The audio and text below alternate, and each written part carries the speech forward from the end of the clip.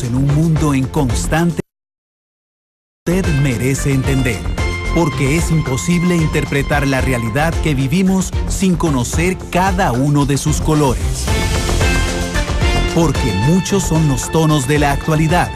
Presentamos Matices.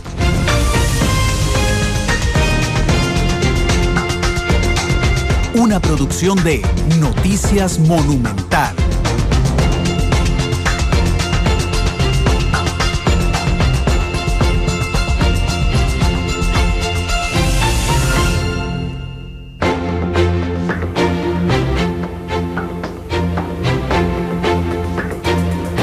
Las 2 de la tarde con 6 minutos. ¿Qué tal? Buenas tardes, bienvenidos a Matices, este programa de Radio Monumental que es una producción de Noticia Monumental que busca establecer debate, análisis, profundidad y aprender mucho. Además, eso creo que nosotros tenemos una tendencia por aprender nosotros y porque nuestros oyentes y televidentes también aprendan. Quiero saludar a mis compañeros en la mesa hoy, Alexander Rivera, jefe de información de Noticia Monumental. Alex, ¿qué tal? Buenas tardes.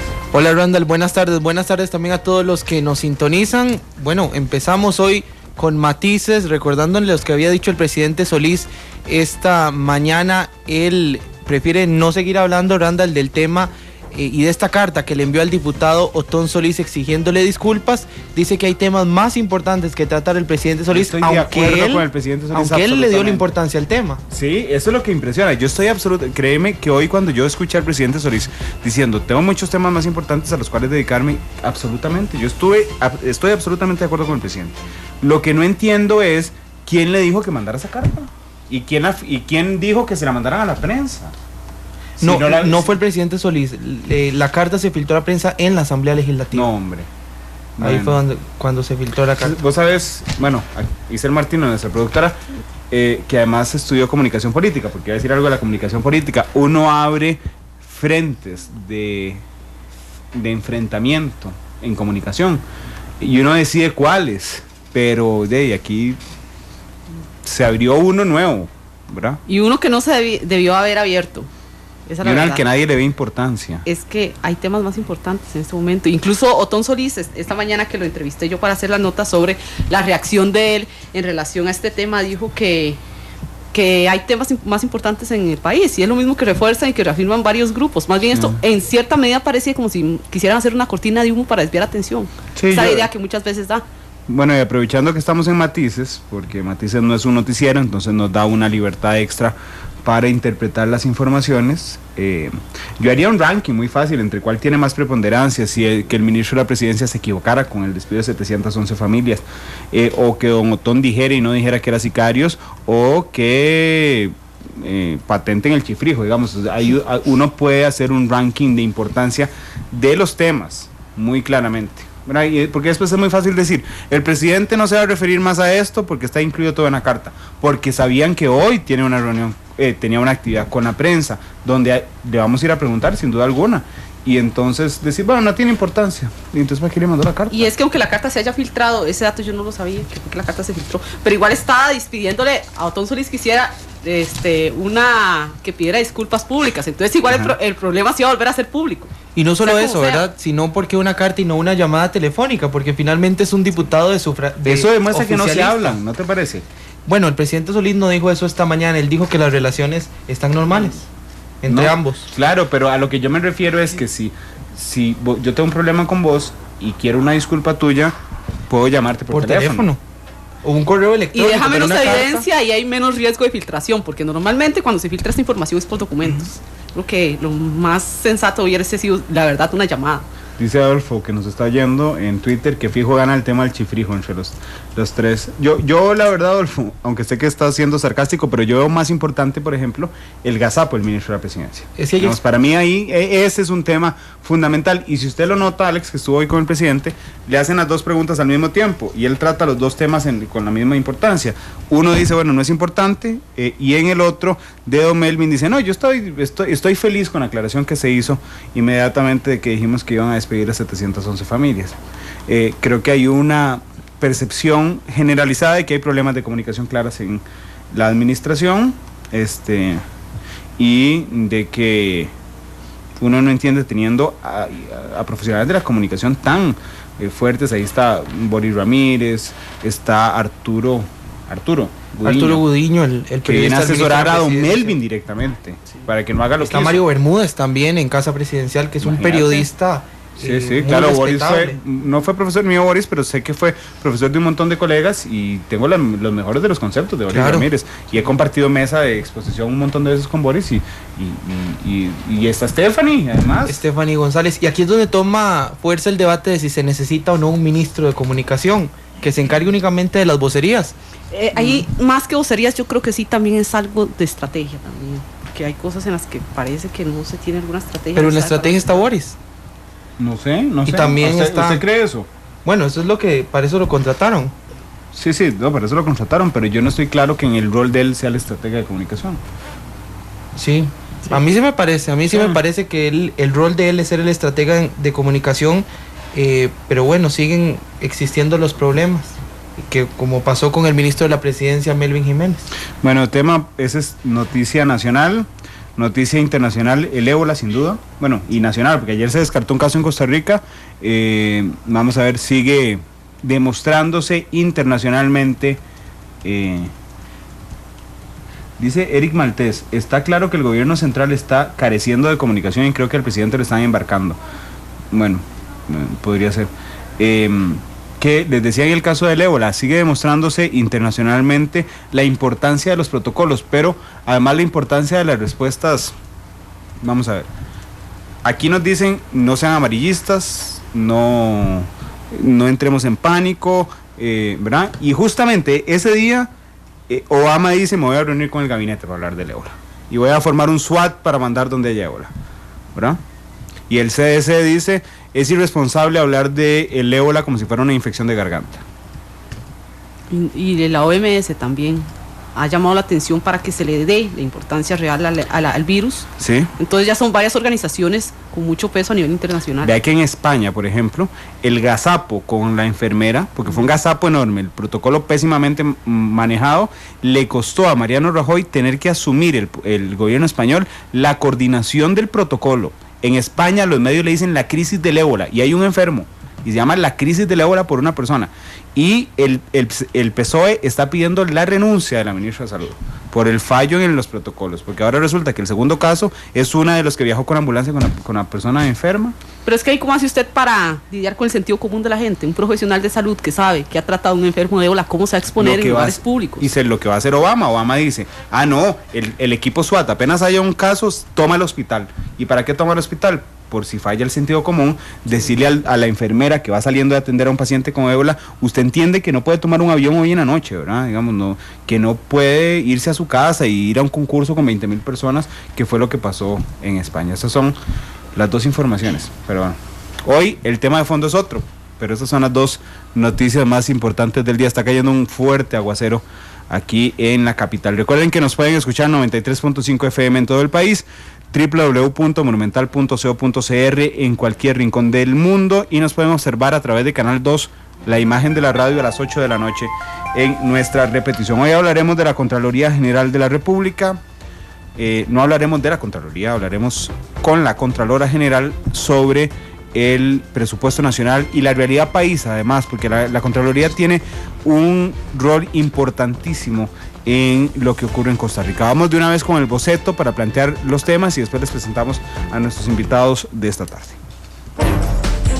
Las grandes obras inician con un borrador. Para elaborar el tema de hoy, este es nuestro boceto.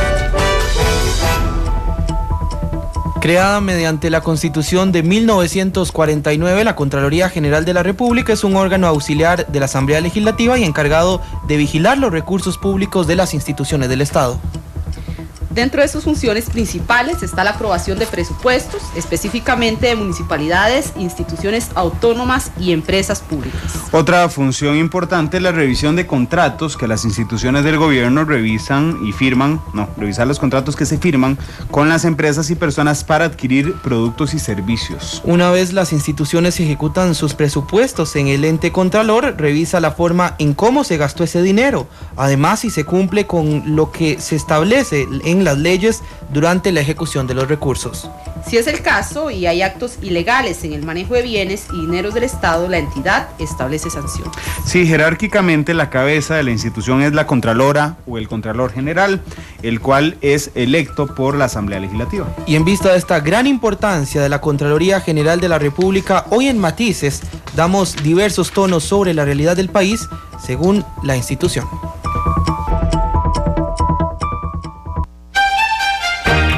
Diferentes colores, diferentes visiones, blancos y negros.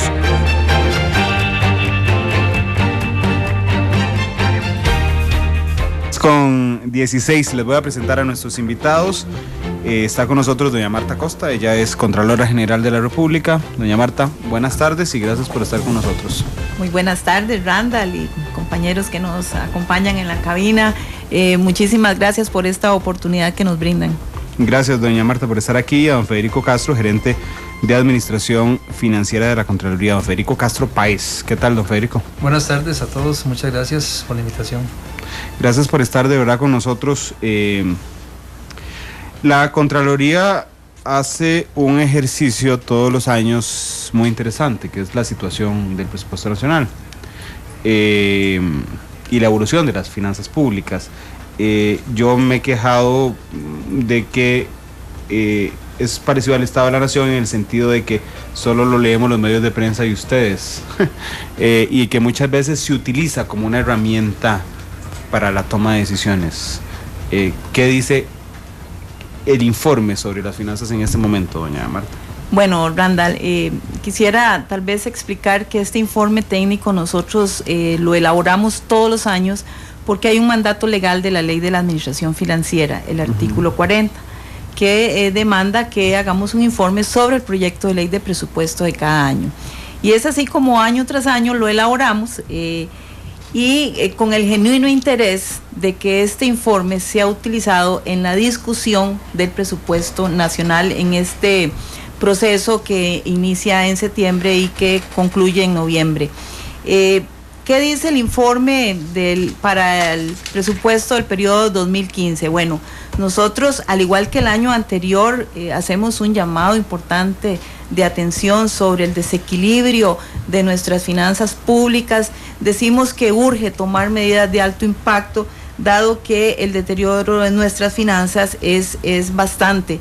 Hemos mantenido que de continuar la situación como está el día de hoy, probablemente esto no va a ser sostenible en el mediano plazo. ¿Qué decimos en concreto sobre la situación fiscal? Bueno, decimos que ha venido una situación de déficit durante los últimos años. En el 2013 fue de un 5,74% del PIB. Y cuando me refiero a un punto del PIB, me refiero a 300.000 millones de colones. Para este año 2014 se prevé un déficit del 6% y para el 2015 un déficit del 6,4%, que podrían ser estos dos últimos montos un poquito menores de acuerdo con medidas que pueda tomar el gobierno para ajustar los gastos o porque se generan más ingresos. También decimos en el informe que para el año 2015 la deuda del gobierno central podría sobrepasar el 40%, lo cual es una suma que ya el Banco Central ha manifestado que es de difícil sostenibilidad para una economía como la nuestra. Y bueno, en el informe técnico también decimos cómo está conformado el gasto público y cómo está conformado el ingreso. Para el año 2015 el presupuesto crece en un 18%, lo cual es una tasa mayor que la tasa de la producción y también es un monto que supera más de 3 veces la inflación. Los ingresos, es decir, el dinero que le va a entrar al gobierno central, están conformados por un 47% de deuda interna y un 53% de ingreso corriente, es decir, ingreso tributario, de la carga tributaria, los impuestos que pagamos los costarricenses, y un porcentaje pequeñito de ingresos no tributarios. El resto se va a financiar con deuda, ¿verdad? ¿Me repite otra vez ese porcentaje, doña Marta? Disculpe. El 42,7% se financian, es los ingresos con deuda interna, y el 53% con ingresos tributarios y no tributarios. Es importante decir que la carga tributaria de nuestro país se ha mantenido en los últimos años en un 13% del PIB. Es decir, los gastos van para arriba y los ingresos tributarios se mantienen, ¿verdad? De ahí que hemos dicho en la Contraloría que es importante que se revise el sistema tributario de manera tal que este sea más equitativo y más progresivo, que se revise la manera en que estamos recaudando los impuestos para hacer una recaudación más eficiente y poder financiar más de nuestros gastos con ingresos sanos y no con deuda. En relación con el gasto para el año entrante, es digamos, un gasto bastante rígido, ¿verdad? Nuestro presupuesto es muy rígido. El 34% del gasto del año entrante está destinado al servicio de la deuda, es decir, a amortizar y a pagar intereses. El 29% de nuestro presupuesto es para pagar remuneraciones y el restante, el 31% es para transferencias, 28%, perdón, es para transferencias corrientes. Cuando digo transferencias corrientes, me refiero a los dineros que el gobierno central le transfiere a otras instituciones y dineros que el gobierno central transfiere para el pago de pensiones y para el pago de los destinos específicos. El restante 9% que queda por ahí es para inversión, para bienes duraderos, para materiales y para suministros. Entonces, como pueden ver, el 91% está amarrado, es un presupuesto bastante rígido. También decirles que el 14%, vamos a ver, los ingresos totales son un 14% del presupuesto. De este porcentaje, bueno, y vamos a ver, para explicar de una manera más sencilla la rigidez del presupuesto.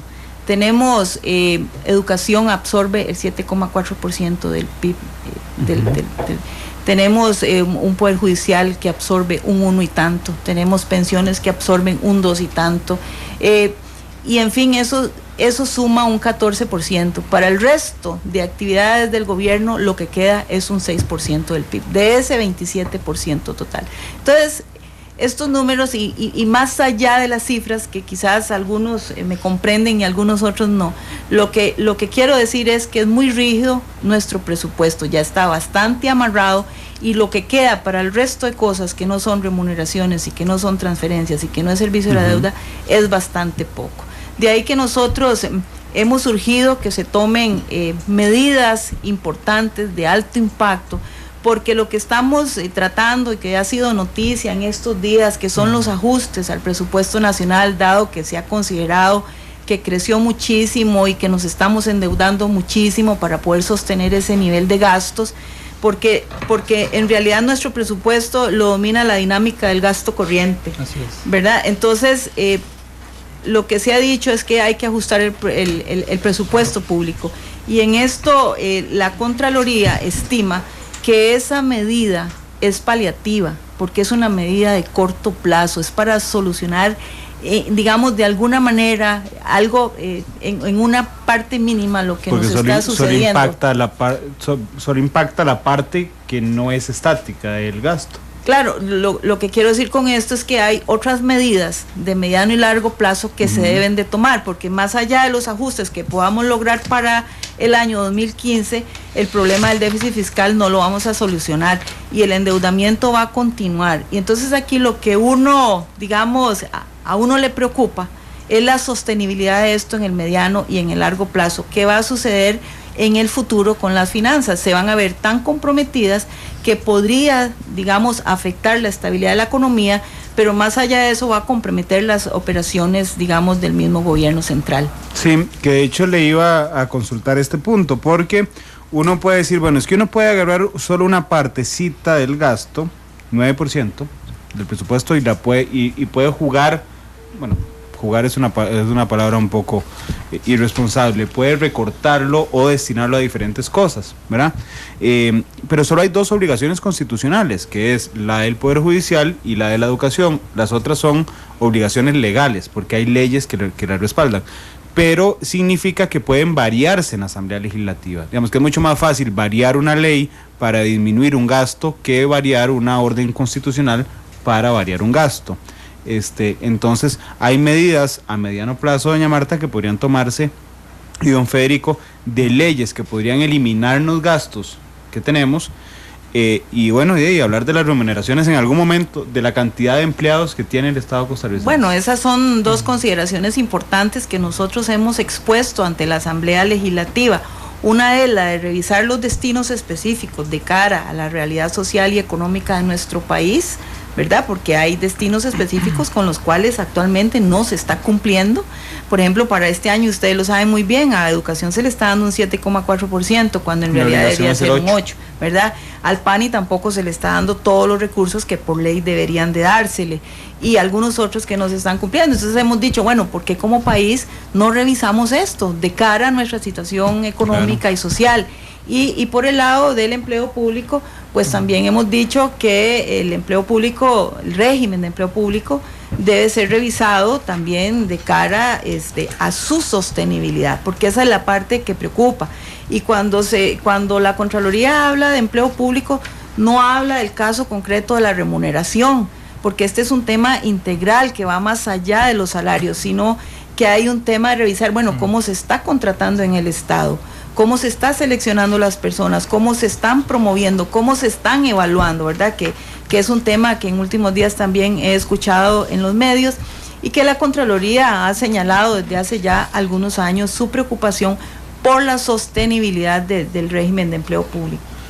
Sí, tal vez uno de los temas que mencionaba doña Marta, en el sentido de que la dinámica del gasto del gobierno está determinada sobre todo por el gasto corriente. Este es el gasto operativo, llámese intereses, remuneraciones, transferencias. Es muy importante. Del 2007 al 2014 ese gasto creció en términos del PIB 5%. Eso es mucho, 1,5 billones de colones, y estamos dejando muy poco para el tema de la inversión. De hecho, en el gobierno para el 2015 se estima un 1.6% del PIB, apenas de un total de 20% de gasto, solo un 1.6 está destinado a la inversión. Esto sin considerar los créditos externos, donde también se ha mencionado una serie de problemáticas muy importantes que tienen que ver con la ejecución y el desarrollo de los recursos y de los proyectos que están previstos con esos fondos. Entonces hay muy poco dinero destinado a la inversión, ¿verdad? Tal vez ahí es importante destacar que el gasto en inversión, el gasto de capital, es fundamental para fortalecer la capacidad productiva de un país, ¿verdad? Cuando se dinamiza la inversión, se dinamiza también la recaudación y se dinamizan algunas otras variables que finalmente generan bienestar colectivo. Doña Marta, hace pocas semanas usted en la Asamblea Legislativa decía que el presupuesto 2015 era desequilibrado y que había un margen para hacerle algunos recortes. ¿Cuál es ese margen? ¿Dónde se le podría hacer recortes eventualmente al presupuesto de la República? Bueno, ya se le han hecho recortes en la Asamblea Legislativa. Claro, ahí le explico. Dado que nosotros entendemos que ha habido voluntad política para hacerle ajustes al presupuesto de la República y que escuchamos recortes por aquí, recortes por allá, la Contraloría, con información muy valiosa que posee, ofrece esa información como un criterio técnico para hacer esos ajustes, o como se llaman, recortes al presupuesto. Y esto es basado en la subejecución histórica promedio de los presupuestos de las instituciones. ¿Eso qué quiere decir? Es un criterio técnico que se basa en un promedio de la plata que no se gasta anualmente de los presupuestos de la República. Entonces es un criterio que nosotros entendemos que en principio no va a afectar el servicio público, porque ese es dinero que normalmente no se gasta en las distintas partidas de los presupuestos. Entonces nos pareció muy oportuno presentárselo a la subcomisión de asuntos hacendarios que está revisando el presupuesto. ¿Qué les dijimos? Bueno, les explicamos cómo fue que la Contraloría obtiene esos promedios, esa información. Tenemos los cálculos por institución, por año, tenemos una serie de 2007 hacia la fecha y proyectado al 2015. Entonces les dijimos, miren, si fuera del caso que esta subcomisión decidiera proponer un recorte del 100% de ese dinero que no se gasta normalmente, sería un monto parecido o aproximado, por decirlo de manera, de 200 mil millones de colones. Eran casi los 200 mil millones. 0.7%. Eso es un 0.7% del PIB, ¿verdad? Y ustedes probablemente recordarán que los recortes iniciales propuestos por don Otón Solís eran el 1% del PIB, ¿verdad? Bueno, dijimos 1% son 300 mil millones. Sí.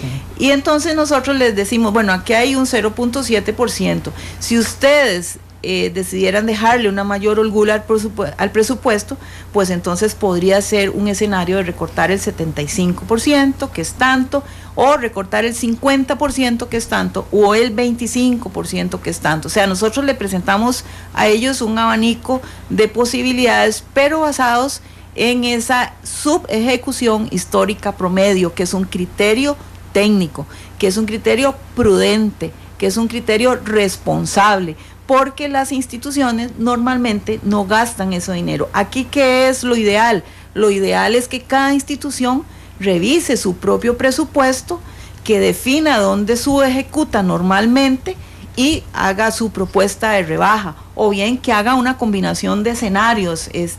El tema es que, bueno, nosotros consideramos que en una situación como la que, digamos, presentan las finanzas públicas, ante una situación extraordinaria como esta, pues se debe buscar una solución o una decisión extraordinaria y tratar todos de alguna manera de raspar la olla para ver cómo podemos aportar y que se disminuya el presupuesto. Porque vamos a ver, entre más alto el presupuesto, pues más alto va a ser el endeudamiento del año entrante. Incluso, y como se lo dijimos en la comisión, en la subcomisión y en la comisión también, muchos de nuestros salarios de los funcionarios públicos están siendo pagados en el 2015 y ahora también en el 2014 con deuda interna, ¿verdad? Es más, nos estamos endeudando para pagar intereses de la deuda. Entonces, nosotros estamos desde la Contraloría haciendo estas advertencias y estos llamados porque nos parece importante buscar el equilibrio de las finanzas públicas de cara al futuro, ¿verdad? Ya ahora ya estamos endeudados, pero tenemos que empezar a tomar medidas para que esto no se nos haga cada vez más complejo y de mayor, digamos, de más difícil solución. Sí, hemos venido señalando la necesidad de adoptar medidas desde ahora, desde este momento, en virtud de que tenemos un déficit financiero del gobierno creciente, ¿verdad? Estábamos en 5.4 en el 2013, el que llevaba el presupuesto del 2014 era 6.4 y ahora 6.7. Eso va a presionar la necesidad de recursos para el gobierno y va a presionar tasas de interés y necesidad de recursos, ¿verdad? Que podrían destinarse a otras actividades del sector productivo. En este caso hay varias situaciones aquí que hay que analizar. Una es, como ustedes lo mencionaban, el crecimiento que se da y que se tiene que dar, aunque no se hagan aumentos salariales de la planilla del Estado. Está ese por un lado. Por otro lado está lo que usted hacía referencia al principio de la camisa de fuerza para muchos, principalmente analistas económicos, que es que la misma ley no permite ejecutar todo el presupuesto porque hay muchas obligaciones por ley y por constitucionalmente. En este caso, ¿por dónde se podría empezar para corregir la situación? Bueno, ahí nosotros hemos propuesto una variedad de alternativas, todas, digamos, estructurales, de alto impacto, desde la revisión del sistema del régimen de empleo público, la revisión del sistema tributario para hacerlo más progresivo y más justo. Hemos también pedido que se revisen algunos tratamientos tributarios como son las exoneraciones. En este país son un 6,5% del PIB. El país debería, 800, casi 2.000 millones. Debería de revisar, así es, debería de revisar, bueno, si esas exoneraciones que originalmente se concedieron ya cumplieron o no el objetivo por el cual fueron concedidas.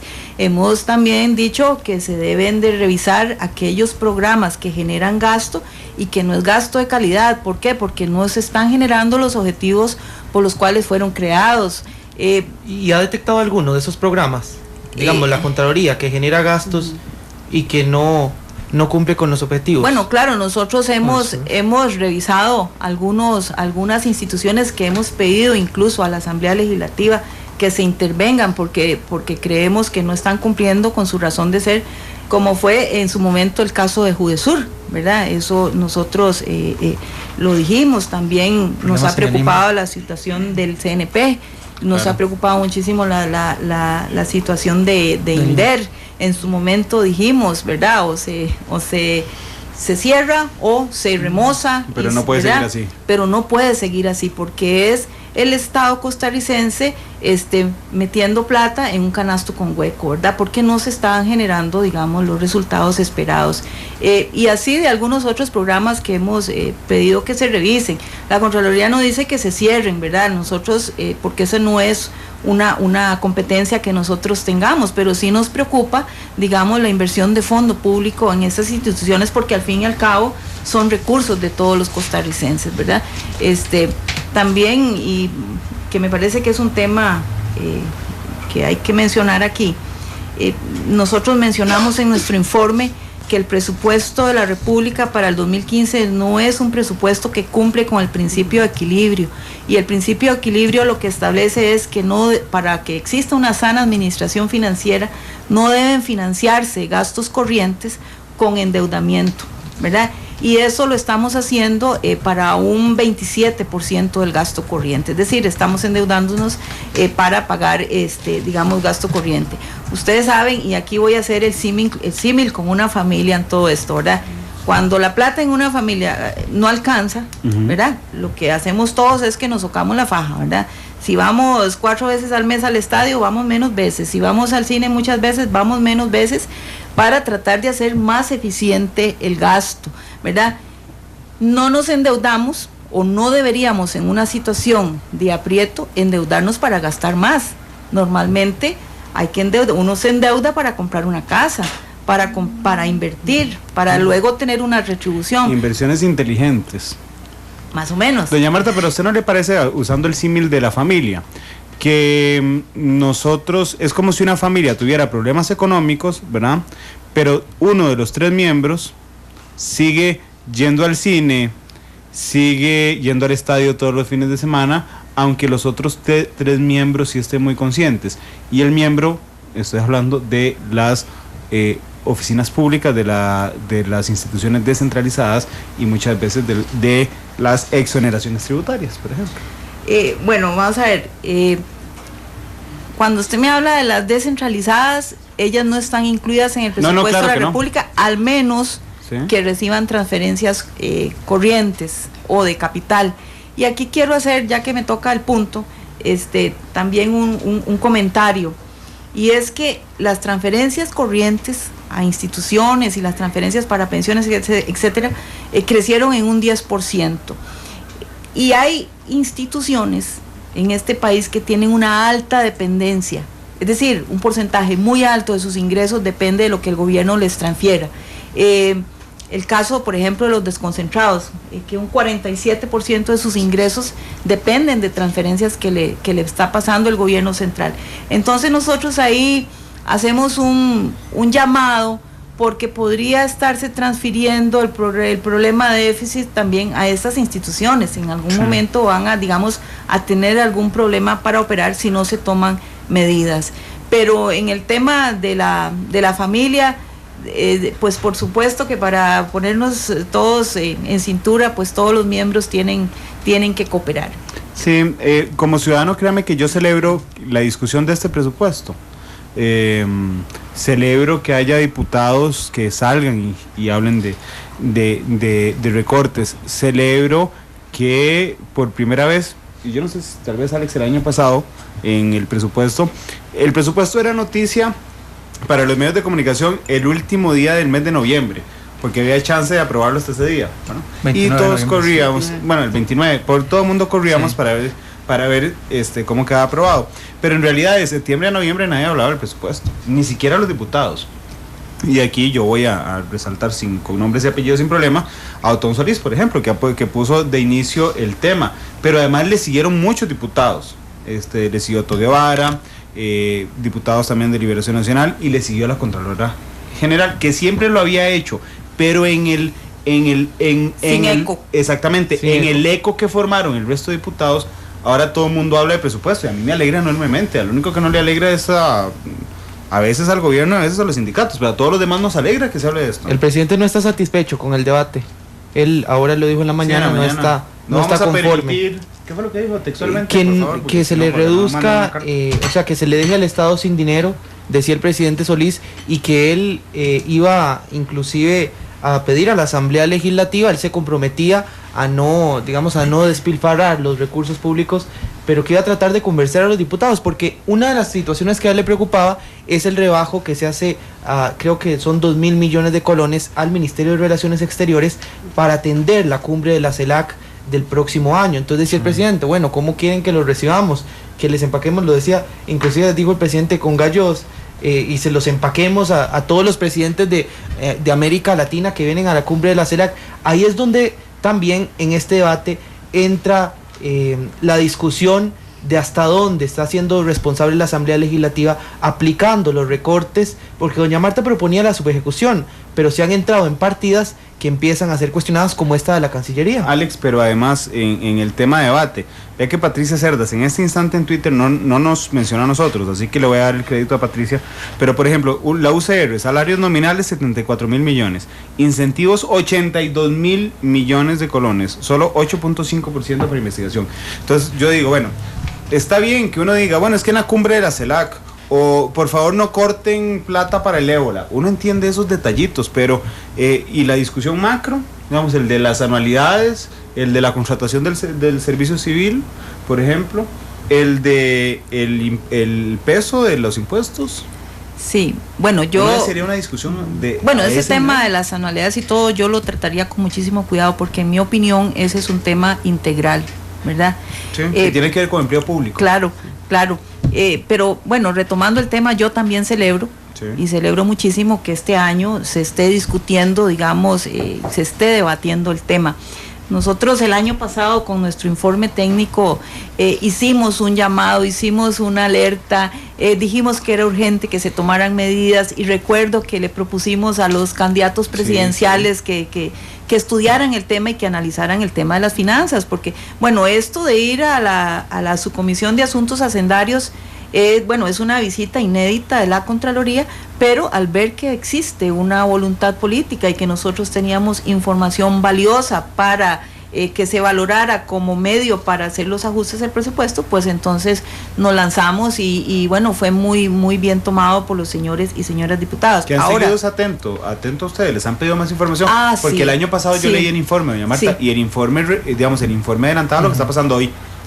Sí, como nunca. Nosotros hemos tenido este año una actividad muy importante en materia de presupuesto, y nos han solicitado muchísima información, no solo diputados, déjeme decirle, muchos ciudadanos que no necesariamente son funcionarios públicos han venido, se han interesado por conocer qué fue lo que dijo la Contraloría, y eso nos produce una enorme satisfacción, porque estamos aportando información que es objetiva y que es técnica a una discusión tan importante como lo es el presupuesto, el cual yo considero que el presupuesto de la República debe ser un instrumento que incentive la eficiencia y que incentive la calidad del gasto, y no solo el de la República, cualquier presupuesto de cualquier institución pública debe ser así.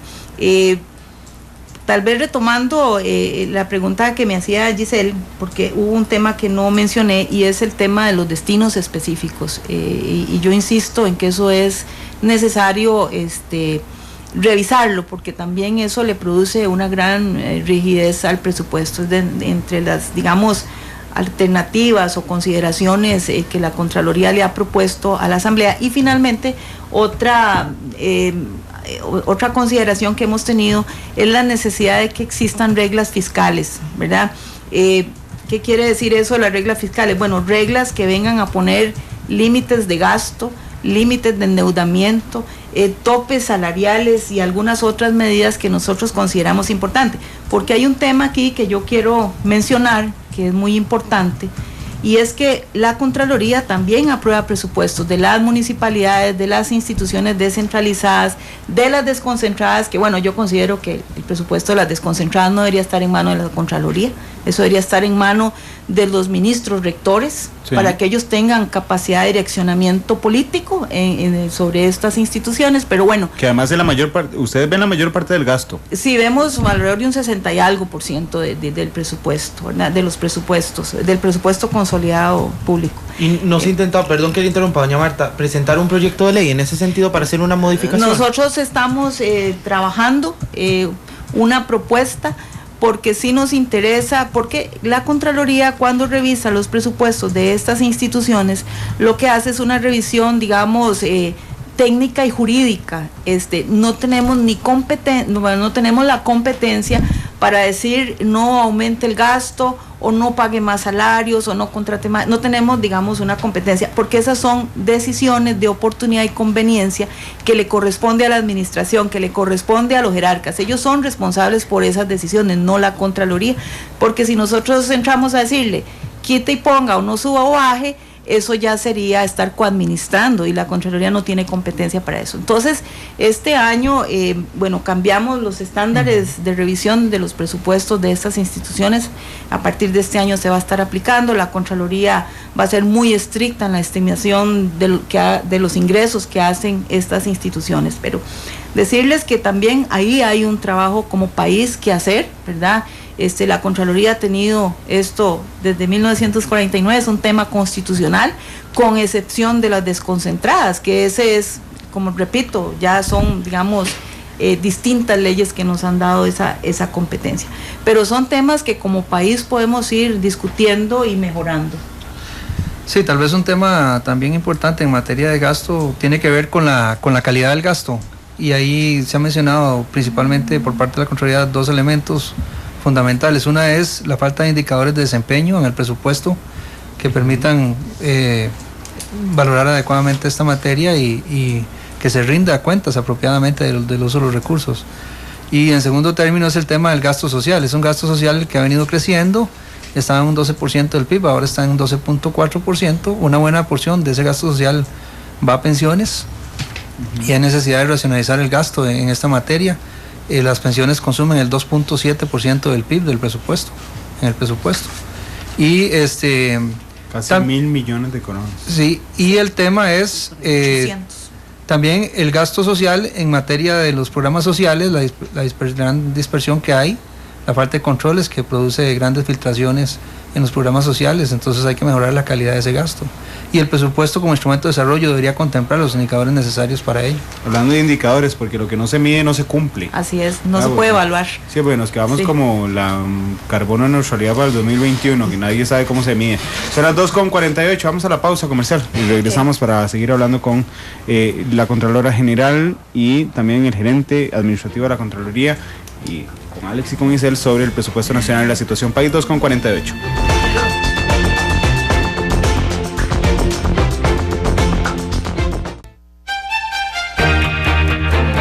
Matices.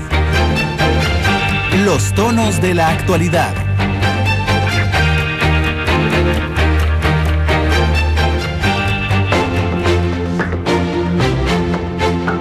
Con 53 minutos estamos hablando sobre la situación presupuestaria del país con la Contralora General de la República. Es interesante porque cuando uno convierte los porcentajes del PIB en números, ¿verdad?, ya tiene una idea un poco más concreta de las cosas. Y pareciera un detalle, pero convertir un 1% del PIB en 300.000 millones a uno le permite entonces ver la cantidad de plata que significa algo. Y doña Marta hablaba de las exoneraciones, que yo no lo quiero dejar pasar, ¿verdad? Que es 6.5 sí, del PIB, que se convierte en 6 por 3, 18 y 5, casi en 2.000 millones de colones. Pero además de las pensiones, que es el 2.7. 2.7 de PIB.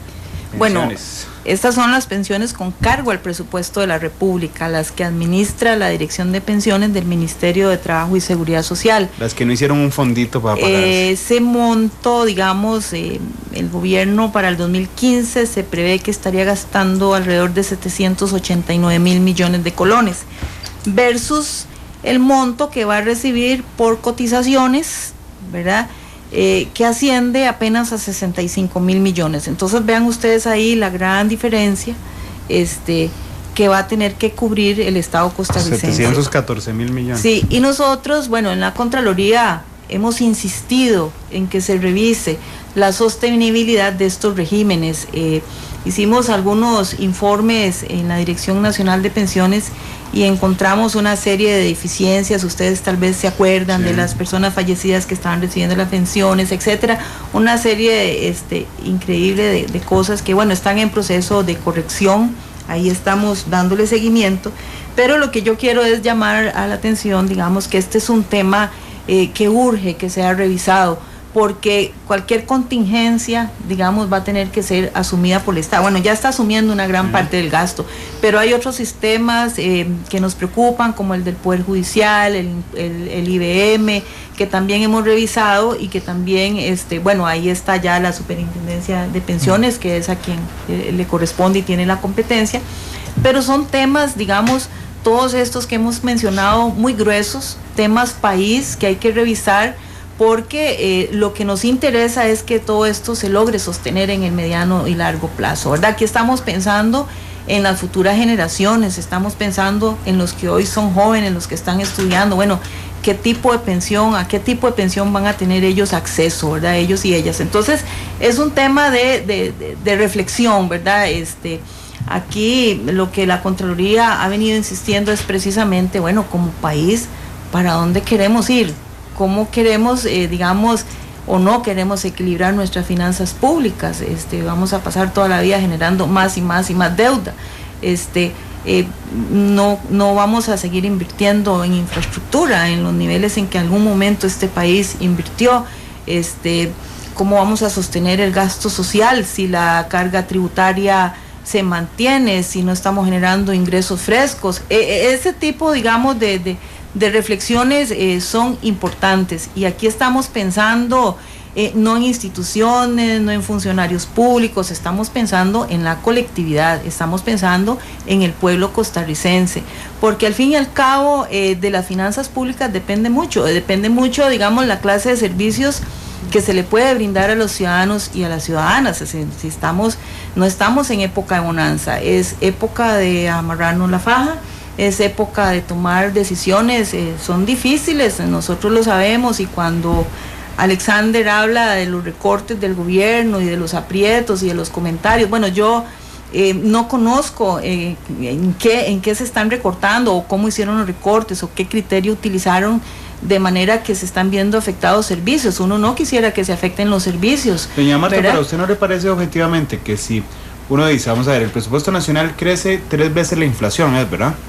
Si lo recortamos a nada más que crezca la inflación, en el puro y sentido, en el sentido común más básico, significa que este año entonces hubiéramos tenido problemas de servicio y no los tenemos. O sea, podríamos funcionar exactamente igual aumentando la inflación como aumentamos este año. Bueno, lo que pasa es que el gasto crece, digamos, más allá de la inflación. Entonces, cortar el presupuesto al nivel de la inflación ya implica, digamos, no solo quitar grasa, sino tocar hueso, y tocar músculo y hueso, yo creo, ¿verdad? Sí, la cosa son los huesos y los músculos que sobran. Ese es el problema. Sí, cuando usted tiene músculos, sí, y huesos que sobran. Y en este caso de las pensiones es interesante, porque las pensiones con cargo al presupuesto nacional se heredan, ¿verdad? Algunas sí, entiendo que sí. Sí, conozco por lo menos la de Hacienda. A la esposa, y en los regímenes más antiguos, inclusive a los hijos. Sí, es increíble. Es que hijos solteros, entiendo yo. Sí, algunos. Así es. Sí, hay, digamos, los alcances son distintos según sea el régimen, ¿verdad?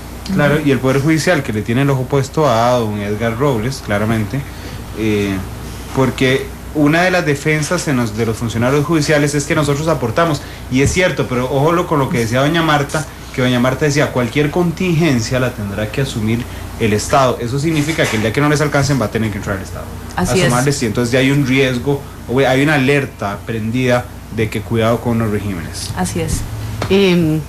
Aquí bueno, a mí particularmente me surge una duda, porque es muy bueno todo esto de que se fiscalice una vez ya se ha emitido el presupuesto, y se mida qué partidas están bien establecidas y cuáles no, pero no sería también bueno que alguna institución, háblese de la Contraloría o alguna otra institución, les ayude a las entidades del gobierno a fijar el presupuesto para evitar todo este tipo de cosas. Bueno, yo parto de que los jerarcas son responsables de la correcta elaboración de su presupuesto. ¿Cómo que les ayuden? Cada quien conoce su institución, cada quien conoce sus objetivos, sus metas, cada quien conoce el dinero que necesita para poder funcionar y ser eficiente y efectivo. Entonces, hay reglas, hay normas presupuestarias que se deben de cumplir, las que emite tanto la Dirección de Presupuesto Público del Ministerio de Hacienda, como las que emite la Contraloría, digamos, para las instituciones que le corresponde.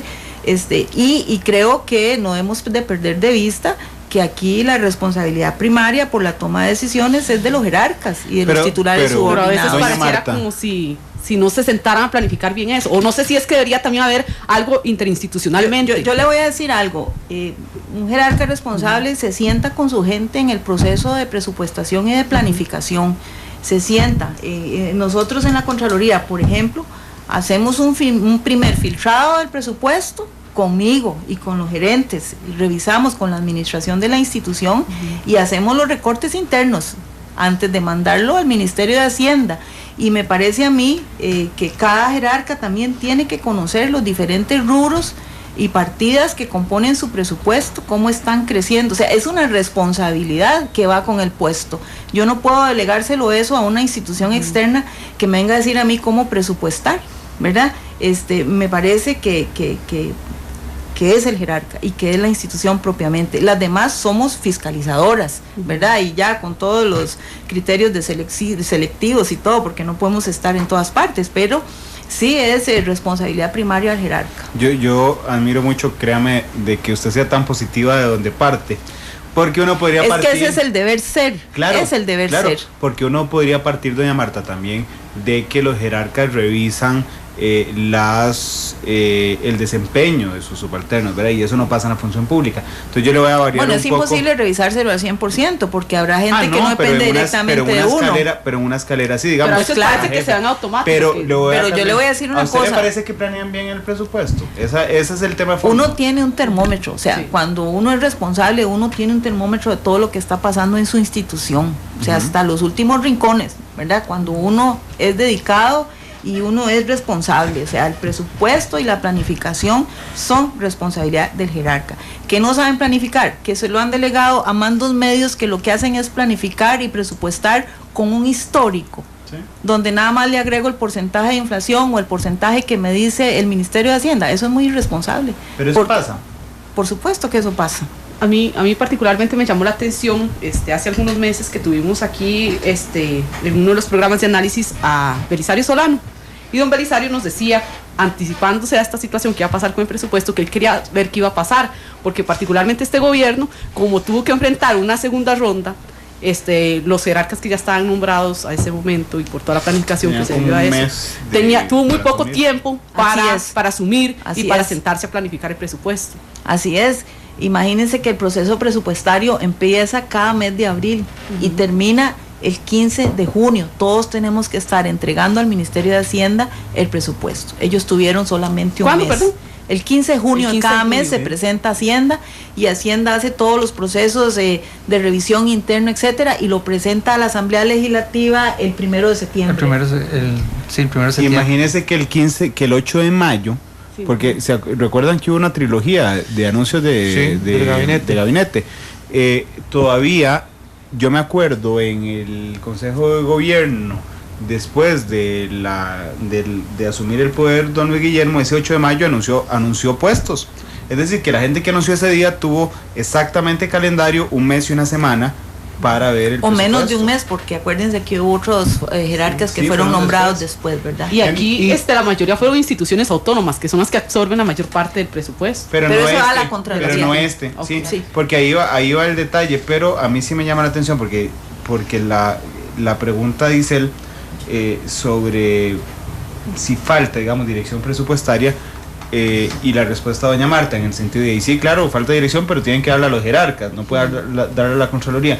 Y usted ahorita me dijo algo que es una frase corta, pero en realidad tiene un enorme impacto, y es que usted cree como Contralora General que aquí no se planean bien los presupuestos de los ministerios, doña Marta. Mire, es que este país, en términos generales, tiene un talón de Aquiles, y es la planificación, ¿verdad? Aquí podemos hablar largo y tendido del tema de planificación. Y el presupuesto tiene que ir amarrado de la planificación. O sea, ¿cuáles son los objetivos que yo pienso lograr el año entrante? ¿Cuánto me va a costar eso? Y sabemos aquí que el presupuesto está muy amarrado por el tema de remuneraciones y etcétera, servicio de la deuda, lo que queramos, pero también hay un margen para planificar y hay un margen para presupuestar responsablemente. Pero no hay ni ¿verdad? Plan Nacional de Desarrollo. Bueno, pero es que este es un año que es, digamos, distinto. Y lo que normalmente cada cambio de gobierno se ha estilado es que, dado que el Plan Nacional de Desarrollo está listo hasta noviembre, se planificó el presupuesto con el plan de gobierno, ¿verdad? Y el Ministerio de Hacienda da un plazo o da una fecha, está programado, para que se haga un ajuste a la programación ya con el Plan Nacional de Desarrollo. Sí, a mí me encantaría que a nivel institucional los partidos políticos, cuando presenten su plan de gobierno, lo presenten bajo el esquema que se presenta un Plan Nacional de Desarrollo, para que uno sepa cómo se mide, cómo va a estar financiado lo que proponen, y además que entren de una vez sabiendo cuáles son las metas. Y aquí surge un debate que yo lo he escuchado a muchas personas, de si es realmente el Ministerio de Hacienda quien debería entregar el presupuesto o si es el Ministerio de Planificación. Así es un debate interesante, ¿verdad? Ha existido siempre, ¿verdad? Pues dado que el presupuesto debe ir amarrado con la planificación, pues debería estar en un solo ente, y Hacienda debería ser, en palabras más y menos, la administradora del sistema tributario. Doña Marta, ahora usted mencionaba que justamente que el talón de Aquiles del país es la planificación. Mencionaba inclusive que no siempre se ha tocado el tema del presupuesto con responsabilidad. A mí me llama la atención esto de que no tengamos Plan Nacional de Desarrollo hasta noviembre, y que, como sucede de verdad cada cambio de gobierno, tenga que elaborarse primero un presupuesto y hasta después el Plan Nacional de Desarrollo. En ese sentido, uno podría decir, no hay tanta responsabilidad en la elaboración del presupuesto cuando aún no tenemos Plan Nacional de Desarrollo. Claro, esto tiene, digamos, muchas aristas que podemos comentar. Eso ha sido así siempre, ¿verdad? Aquí no hay ninguna diferencia con el gobierno actual. Toda la vida ha sido así, ellos llegan a gobernar en mayo y hasta noviembre hay un Plan Nacional de Desarrollo. Lo que pasa es que ahora oficial. le estamos poniendo más atención al presupuesto, y por tanto nos sale el Plan Nacional de Desarrollo. Claro, y tomemos en cuenta también que al 15 de junio tenían que estar los presupuestos en Hacienda cuando estaban los ministros recién llegados, ¿verdad? Entonces ahí, pero digamos, apartando ese tema, aún así la planificación es un talón de Aquiles en este país. Usted lo ve todos los días, claro, en los proyectos de inversión, por ejemplo, ¿verdad? Grandes fracasos, perdón. Sí, entre las cosas que se han apuntado es precisamente la falta de políticas de largo plazo. Este país funciona con un Plan Nacional de Desarrollo cada 4 años, cuya vigencia en realidad es 3 años o menos, porque un gobierno en el 4º año está saliendo. Entonces, este es un tema que requiere, digamos, decisiones, ¿verdad? Tener sistemas de planificación de más largo alcance, no en la forma en que está estructurado. Lo que pasa es que aquí hay tantos detalles por discutir, porque uno puede discutir la vigencia del Plan Nacional de Desarrollo, porque aquí tuvimos, por ejemplo, a la comisión, a los notables sentados, ¿verdad? Y ellos decían, bueno, es que sería interesante, por ejemplo, llevar los términos presidenciales un poco más. Ellos hablaban de 6 años, para que los planes nacionales de desarrollo alcanzaran 5 años y medio, pero en realidad el efecto es el mismo, porque lo que está haciendo es un cambio de plan cada 5 años. Bueno, es mi opinión. Sí. Creo que lo que requerimos en el país es una visión de largo plazo consensuada, ¿verdad?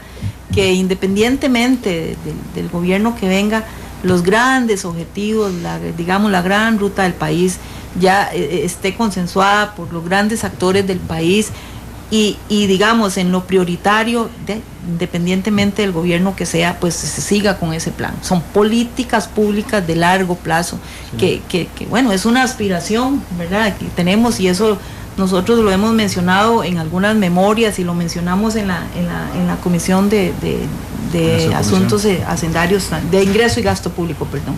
Entonces, digamos, el tema de la planificación es realmente un tema importante.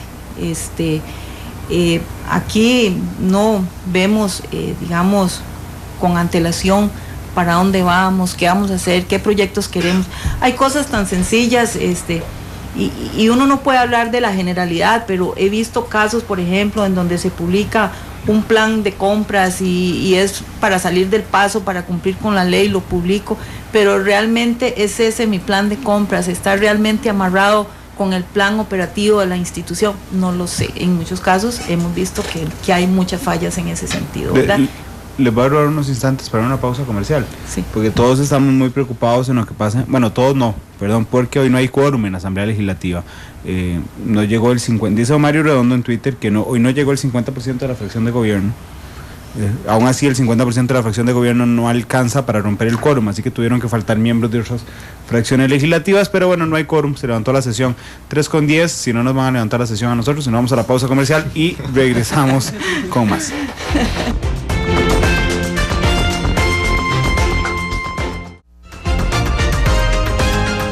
La actualidad, sus tonos, sus contrastes.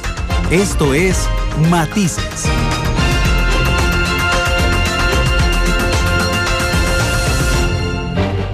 Todos los colores y puntos de vista se mezclan. Llegamos a las conclusiones en nuestro Arte Final.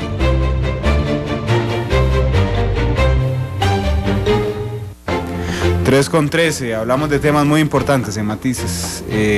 Hoy no es la excepción, es la situación de las finanzas públicas y el panorama es tan gris como la tarde de hoy en San José, compañeros. Hemos hablado de temas muy importantes, de exoneraciones, dice doña Marta Acosta, hay que ponerle atención a las exoneraciones. No le estamos poniendo atención al tema de las pensiones financiadas con el presupuesto nacional, que hay una directriz del Ejecutivo que finalmente la Sala Cuarta pero es una cosita de eso, es cierto, es un buen intento, pero es una cosita. Es algo pequeño. En las pensiones. ¿Cuántos eran millones por pensiones? No me acuerdo, pero son 2.7. 789.000 millones. 789.000 millones. Pero las que le pusieron tope son 910 pensiones, digamos que es una cosita chiquita. Es una cosa pequeña, y sobre todo la planificación, ¿verdad? Que hemos hablado hoy. Esos 789.000 millones corresponden a 59.000 personas. Imagínense, 59.000 y el recorte son a 910.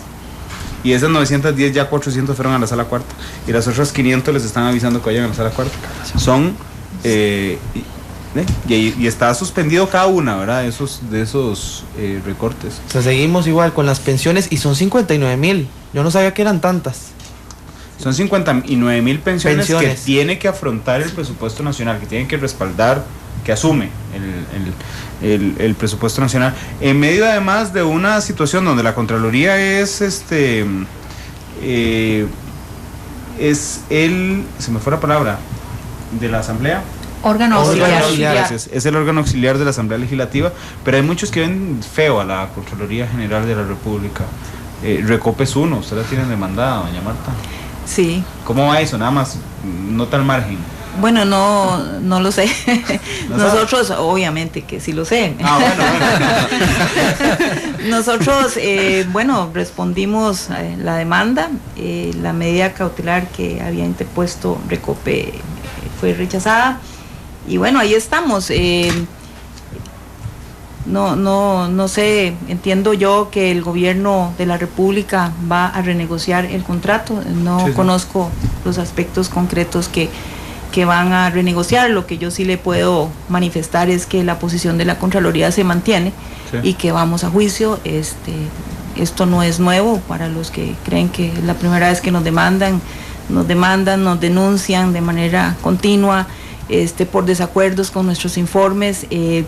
Y bueno, esa es parte de la judicialización del control en este país y no es nada nuevo. Actualmente estamos, tenemos 182 juicios activos. Ese es uno. Entonces el de Recope es uno más, ¿verdad? Tenemos un excelente equipo litigioso en la Contraloría General. ¿Hay alguna demanda de alguna otra institución pública? Yo recuerdo que el presidente Solís... 181. No, hay particulares también. Sí. De alguna otra institución pública. Yo recuerdo al presidente Solís que decía que no tenía sentido una demanda de una institución a otra y que iba a hablar con Recope, pero me sorprende ahora que usted dice que van a juicio, ¿verdad? No, la demanda está. O sea, no la han quitado y no sé si la van a quitar. Lo cierto es que la Contraloría pues tampoco ha hecho nada para que la quiten ni nada. Nosotros lo que vamos a hacer es defender nuestra posición, la cual mantenemos. Es que nosotros vimos desde afuera, doña Marta, y obviamente aquí le respeto todo el cuidado que tenga porque es un proceso que está abierto. Nosotros vimos desde afuera como una oportunidad de la administración saliente de Recope para dejarle una demanda presentada a la Contraloría para que los que entraran no pudieran hacer nada. Pero entonces Alex tiene razón, porque cuando le preguntamos al Guillermo Solís, de ahí pensamos que, porque él dijo, no, esto no tiene sentido, pensamos que le iba a retirar, no se ha retirado. No, señor.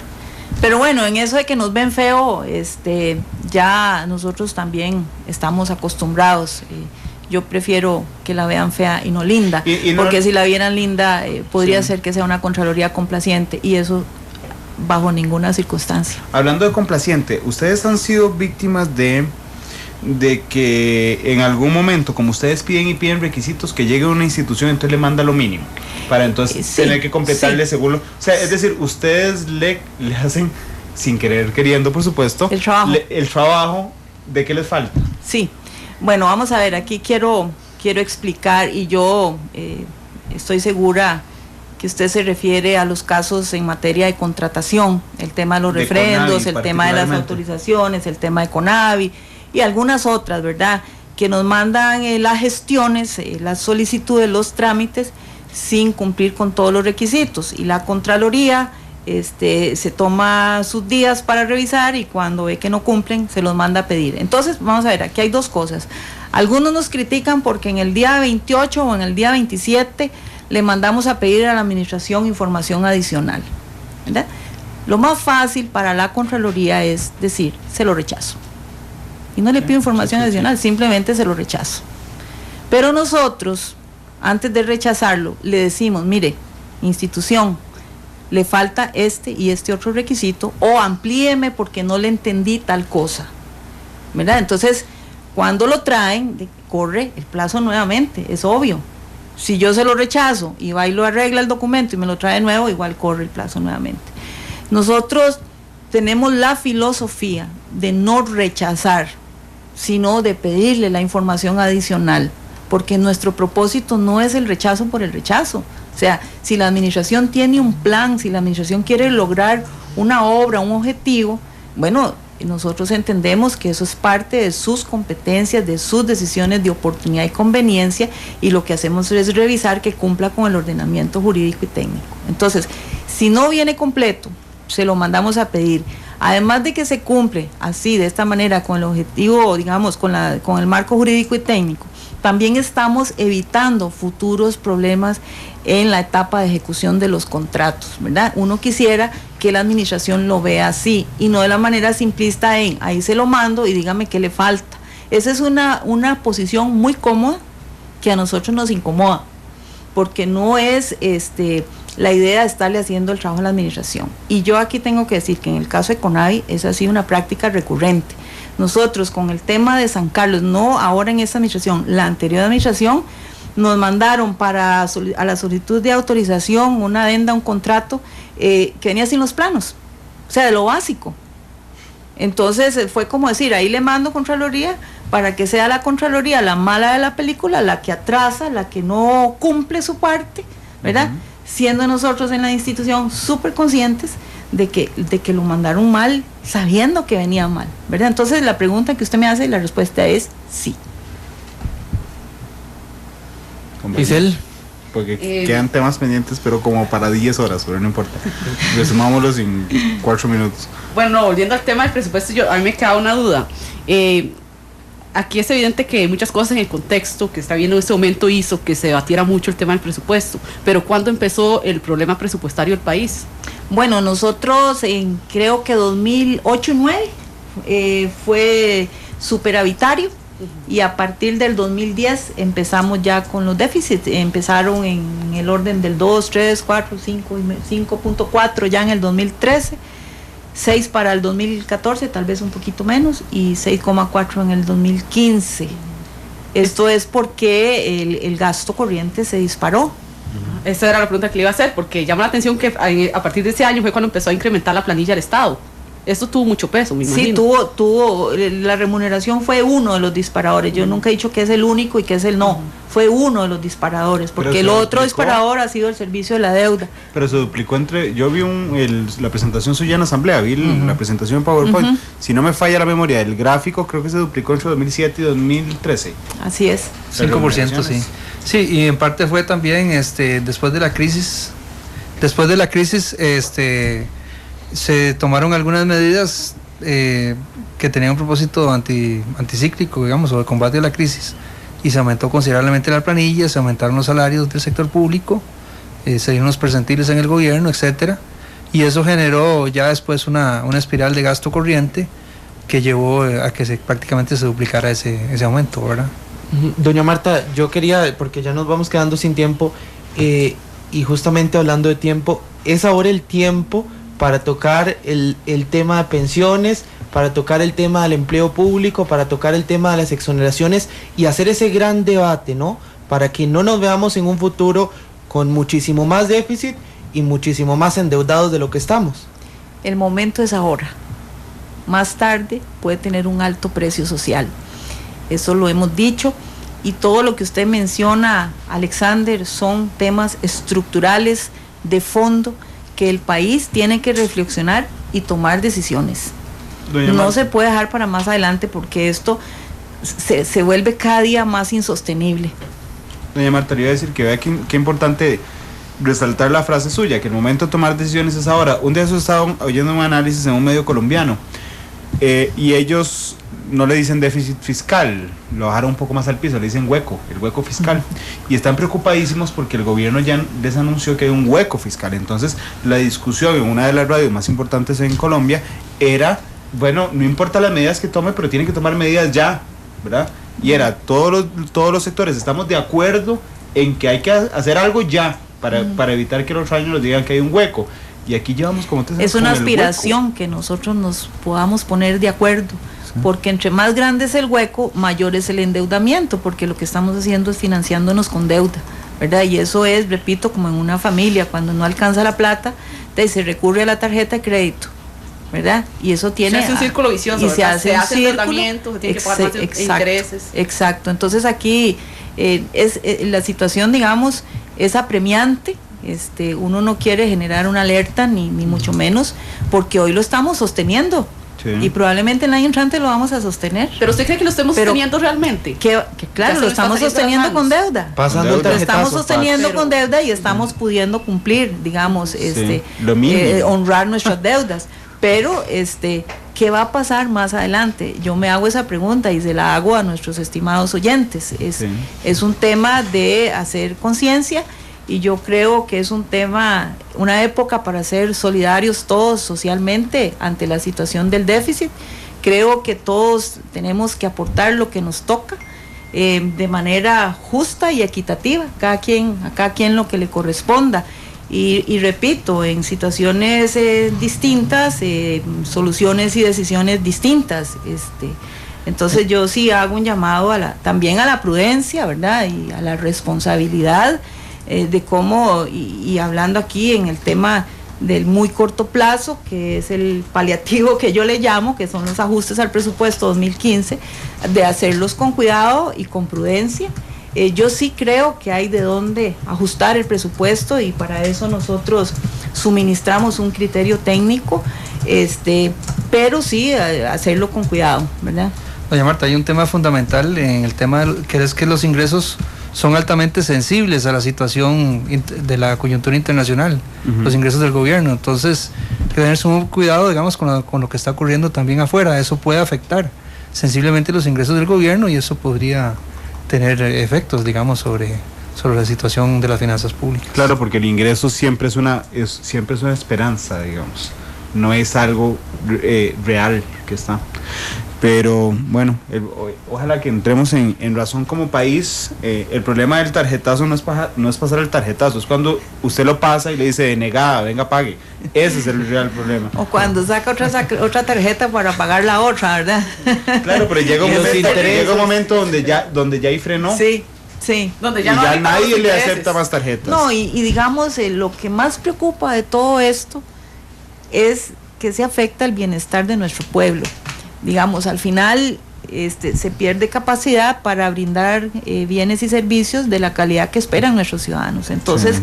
Finalmente esto podría haberse comprometido. Y no estoy hablando de hoy, no estoy hablando de este año, ni siquiera del año entrante, ¿verdad? Pero si no tomamos medidas ya, podemos tener consecuencias negativas para todos, especialmente para los jóvenes. Doña Marta, muchas gracias. Con todo gusto. Don Federico, gracias por estar aquí.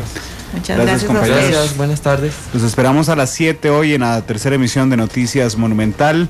Hay temas muy importantes, así es que bueno, los invitamos a que nos acompañen. Mañana Matices, nuevamente analizaremos un tema de mucha importancia para el país. Son las 3:28 freestyle.